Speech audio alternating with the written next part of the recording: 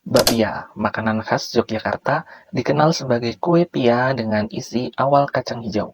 Namun dalam perkembangannya, berbagai varian rasa seperti keju, coklat, dan durian telah ditambahkan sesuai dengan selera pasar. Hal ini membuat bakpia mendapatkan tempat tersendiri karena berbagai proses yang tertaut di dalamnya.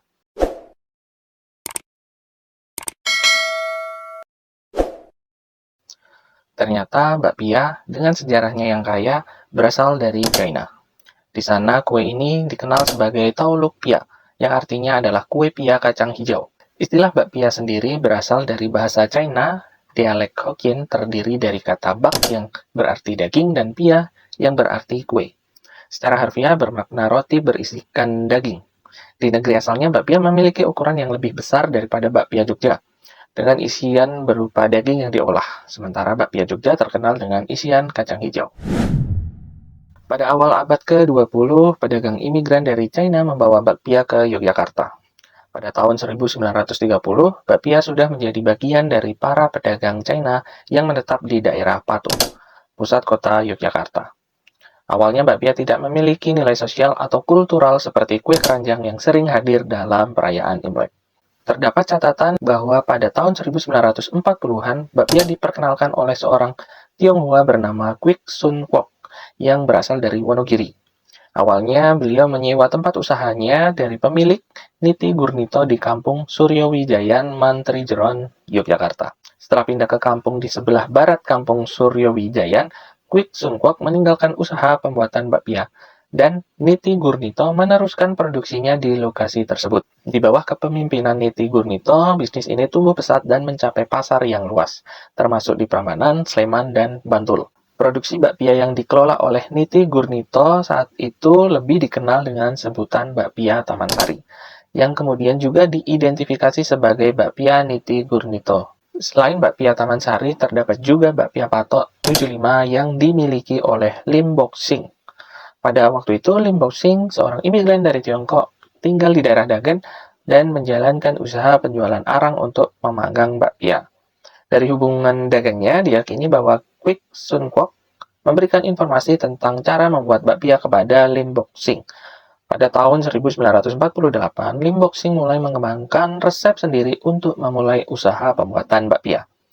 Kemudian pada tahun 1955, keluarga Lim Bok Sing pindah ke daerah Patok, daerah Aibda KS Tubun nomor 75, dan meneruskan bisnis pembuatan serta penjualan bakpia. Nama bakpia Patok mulai dikenal sebagai merek bakpia yang dikelola oleh Lim Bok Sing, membedakannya dari bakpia Taman Sari yang dikelola oleh Niti Gurnito. Bisnis pembuatan bakpia yang dijalankan oleh Lim Bok Sing di Patok berkembang dengan pesat.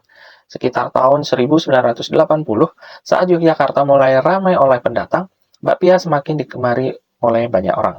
Sehingga mulai muncul produsen bakpia dengan skala rumahan. Kawasan Patok merupakan kawasan yang pertama kali menjadi sentra bakpia.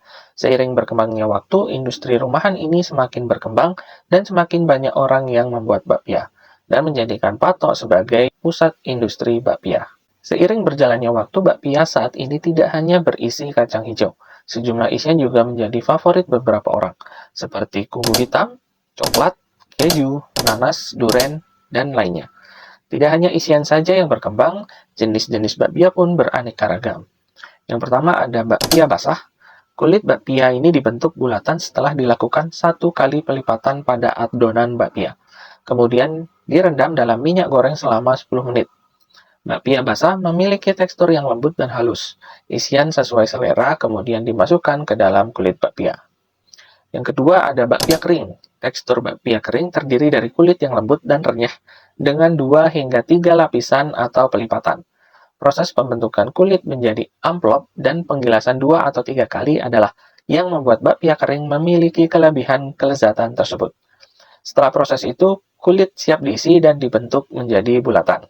Yang ketiga ada bakpia kukus. Cara pembuatan bakpia kukus, inovasi baru di dunia bakpia. Muncul pada tahun 2017. Bakpia tidak dipanggang dalam oven, melainkan dimasak atau dikukus. Tekstur bakpia ini lebih lembut dan basah dibandingkan jenis lainnya. Namun, bakpia kukus hanya dapat bertahan sekitar 4 hari saja. Yang keempat ada bakpia crispy. Bakpia crispy dibuat kering tanpa kadar air yang tersisa. Pembuatannya saja yang menggunakan mesin modern sehingga lebih higienis dan terjamin kualitasnya. Lapisan dari kulit bakpia crispy lebih dominan dengan rasa asin dan gurih, tidak seperti bakpia pada umumnya yang memiliki rasa manis. Bakpia crispy mampu bertahan sekitar 3 hingga 6 bulan.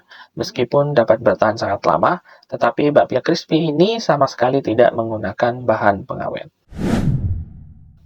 Usaha mempertautkan bakpia dengan tradisi syukur di Yogyakarta menghadirkan kreativitas masyarakat untuk menjadikan bakpia lebih dari sekedar produk ekonomi, melainkan simbol keharmonisan dan keseimbangan budaya. Terkait penjualan bakpia yang tergantung pada sektor pariwisata Yogyakarta, penting menjaga harmoni dan keamanan wilayah untuk keberlanjutan sektor ini karena bakpia mencerminkan lebih dari sekedar makanan khas, melainkan juga aspek kehidupan lainnya. Itulah sejarah singkat tentang bakpia Jogja. Terima kasih telah menonton video ini sampai selesai. Jangan lupa subscribe, komen, dan share. Dan sampai jumpa lagi di video berikutnya.